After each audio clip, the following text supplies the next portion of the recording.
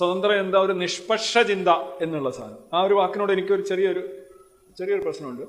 ഈ നിഷ്പക്ഷം എന്ന് പറയുന്നത് എന്താ ഉദ്ദേശിക്കുന്നത്? ബേസിക്കലി അൺബയസ്ഡ് ആയിരിക്കുക. അൺബയസ്ഡ് ആയിരിക്കുക എന്നുള്ളതിന് നിഷ്പക്ഷം എന്നുള്ള അർത്ഥം. നിഷ്പക്ഷം എന്ന് പറയുന്നത് പക്ഷമില്ല എന്നുള്ള. നമുക്ക് എങ്ങനെയാണ് ജീവിച്ചിരിക്കുന്ന ഒരു വ്യക്തിക്ക് പക്ഷമില്ലാതിരിക്കുന്നത്?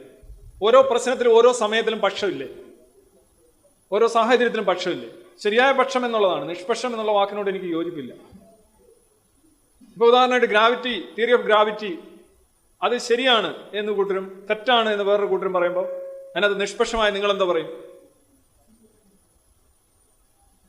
ഭൂമി ഉരുണ്ടതാണെന്നും പരന്നതാണെന്നും രണ്ടു കൂട്ടർ പറയുമ്പോൾ നിങ്ങളുടെ നിഷ്പക്ഷ നിലപാട് എന്തായിരിക്കും? ഭൂമി ഒരു ഇഡ്ഡലി, രണ്ടും ന്യൂട്രൽ, അതാണ് ഉദ്ദേശിച്ചത്. അങ്ങനെയല്ല. നിഷ്പക്ഷം എന്ന് പറയുന്ന ഒരു പക്ഷം, അത് അതിന്റെ കാര്യമില്ല. ശരിയായ പക്ഷം, ശരിയായ പക്ഷം വസ്തുത പറയും. നമുക്കുപരിയായിട്ടുള്ള, നമ്മൾ ഏതൊരു വിഷയം വരുമ്പോഴും അൺബൈസ്ഡ് ആയിരിക്കണം. ഇപ്പൊ മാർക്സിസ്റ്റ് പാർട്ടിക്കെതിരെ ഒരു ആരോപണം വരുമ്പോൾ നമ്മൾ മാർക്സിസ്റ്റ് പാർട്ടി നമുക്ക് ഇഷ്ടമല്ല എന്നാ ചാടി പിടിച്ചോ എന്നുള്ളതാ വരുന്നത്. പറയുന്നത് ശരിയാണോ?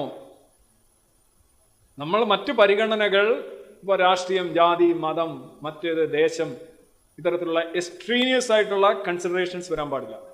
ഒബ്ജക്റ്റീവായിട്ട് പോകണം. എവിഡൻസ് ലീഡ് ചെയ്യുന്നിടത്തോട് പോകണം. എവിഡൻസ് പറയുന്നത് അതാണെങ്കിൽ അതാണ് ശരി.